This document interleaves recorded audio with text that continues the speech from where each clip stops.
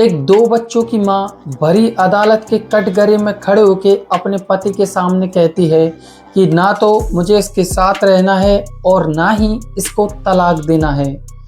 लेकिन महिला का ये बयान सुनकर वहां खड़े सभी लोग एक सोच में डूब जाते हैं।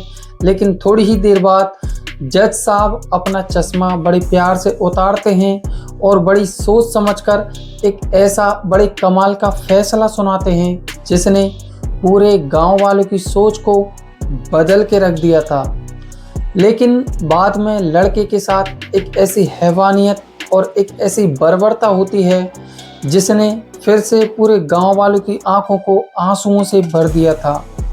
लेकिन सवाल ये पैदा होता है कि आखिर जज साहब ने ऐसा क्या फैसला सुनाया था और लड़के के साथ ऐसी क्या हैवानियत हुई थी जिसने सबकी सोच को और दोस्तों सबकी आंखों में आंसू ला दिए थे। कहानी अंत तक जरूर सुनना क्योंकि कहानी काफ़ी ज़्यादा इंटरेस्टिंग और रोचक होने वाली है। दोस्तों, हम आपके लिए इतनी मेहनत और रिसर्च करके इतनी इंटरेस्टिंग और रोचक कहानियाँ लाते हैं, तो प्लीज़ वीडियो को लाइक और चैनल को सब्सक्राइब जरूर कर देना क्योंकि ऐसे ही इंटरेस्टिंग और सच्ची घटनाएं हम रोज़ाना लाते रहते हैं। उत्तर प्रदेश में एक जिला पड़ता है गोरखपुर और इसी गोरखपुर का रहने वाला अमन, जो कि एक मोबाइल रिपेयरिंग की दुकान चलाया करता था। अमन एक भोला वाला लड़का था जो कि अपने माता पिता के साथ रहा करता था। अमन का जो घर खर्च था वो उसका पूरी दुकान से ही चल पाता था, वाकई उनका कोई आमदनी स्रोत नहीं था।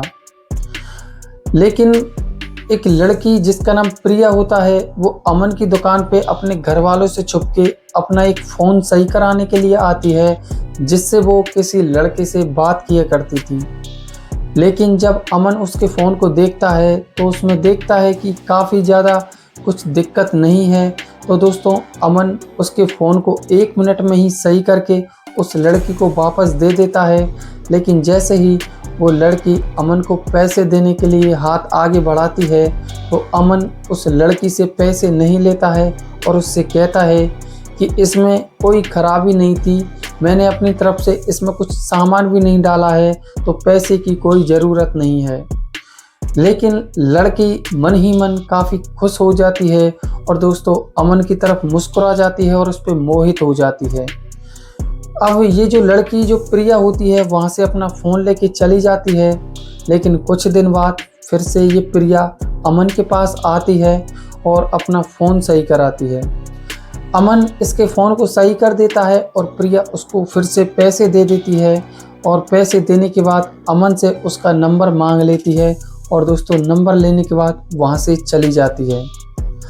लेकिन यहाँ से आगे अमन और प्रिया की फ़ोन कॉल पे बातें होना शुरू हो जाती है।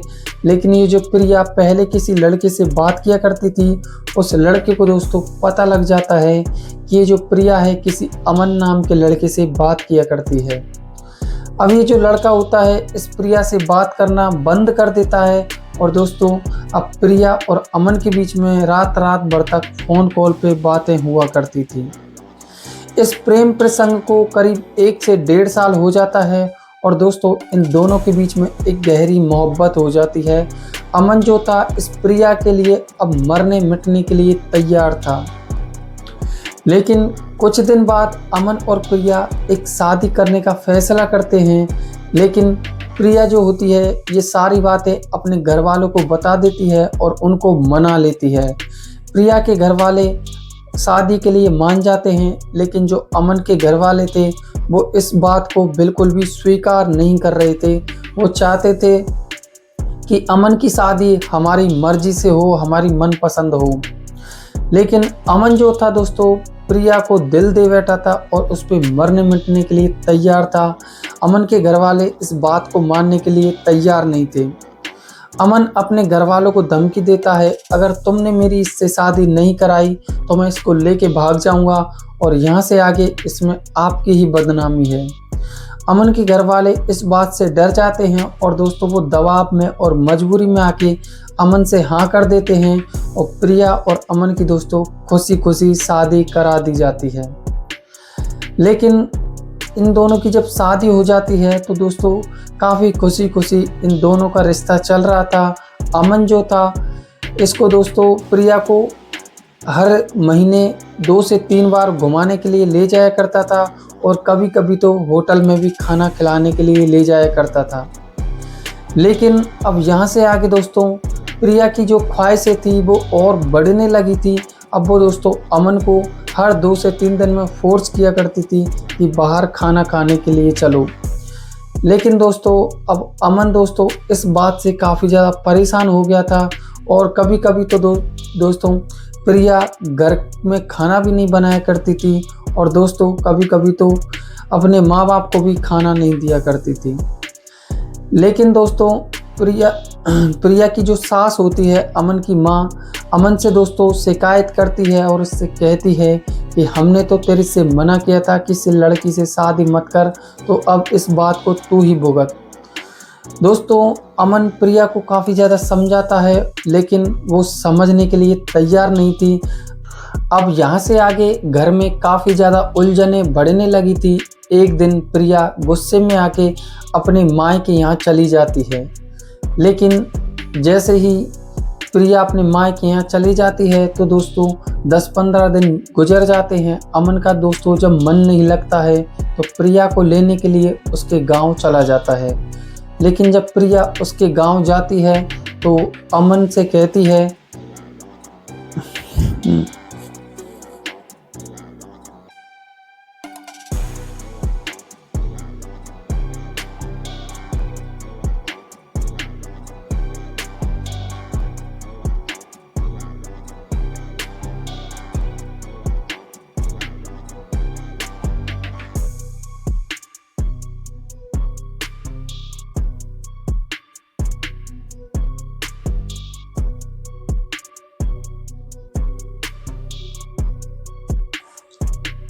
लेकिन अब यहाँ से आगे अमन की ज़िंदगी में और अमन के घर में काफ़ी ज़्यादा समस्याएं पैदा होने लगती हैं।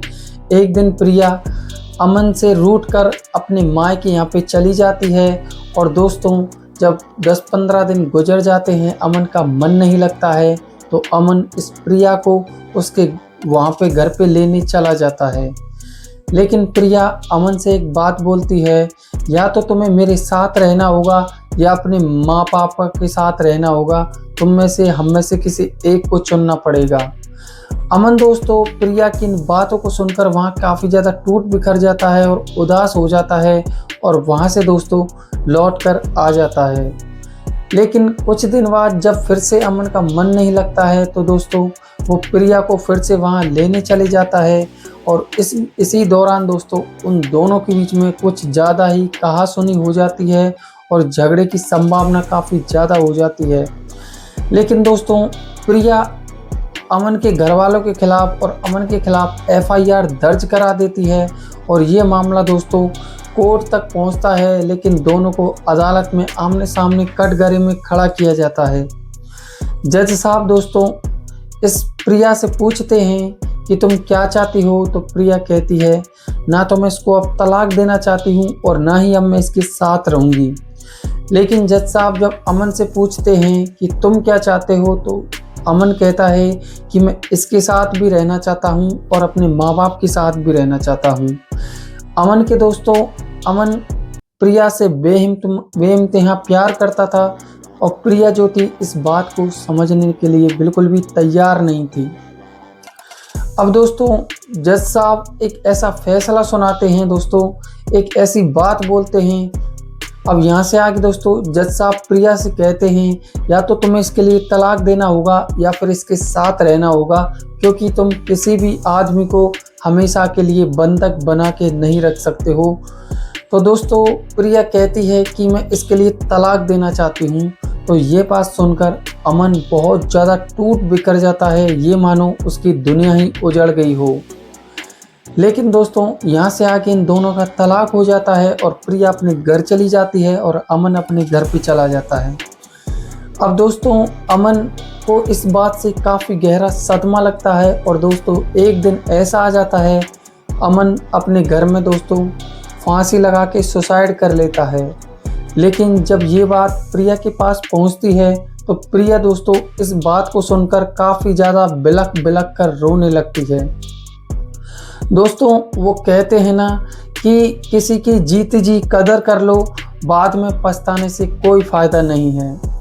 दोस्तों इस घटना को सुनाना हमारा मकसद सिर्फ आपको जागरूक करना है। हमारा उद्देश्य किसी भी समाज या परिवार को ठेस पहुंचाना नहीं है। दोस्तों ये कहानी एक सच्ची घटना पर आधारित है। इस घटना से दोस्तों आपको क्या सीखने को मिला, और दोस्तों इस पूरे घटनाक्रम में सबसे ज़्यादा गलती किसकी थी, दोस्तों कमेंट्स करके ज़रूर बताना। मिलते हैं अगले टॉपिक अगले वीडियो के साथ। दोस्तों वीडियो को लाइक और चैनल को सब्सक्राइब जरूर कर देना, क्योंकि हम आपके लिए ऐसे ही इंटरेस्टिंग और सच्ची घटनाएं लाते रहते हैं। दोस्तों मिलते हैं फिर से ही ऐसी वीडियो के साथ। तब तक के लिए दोस्तों बाय बाय।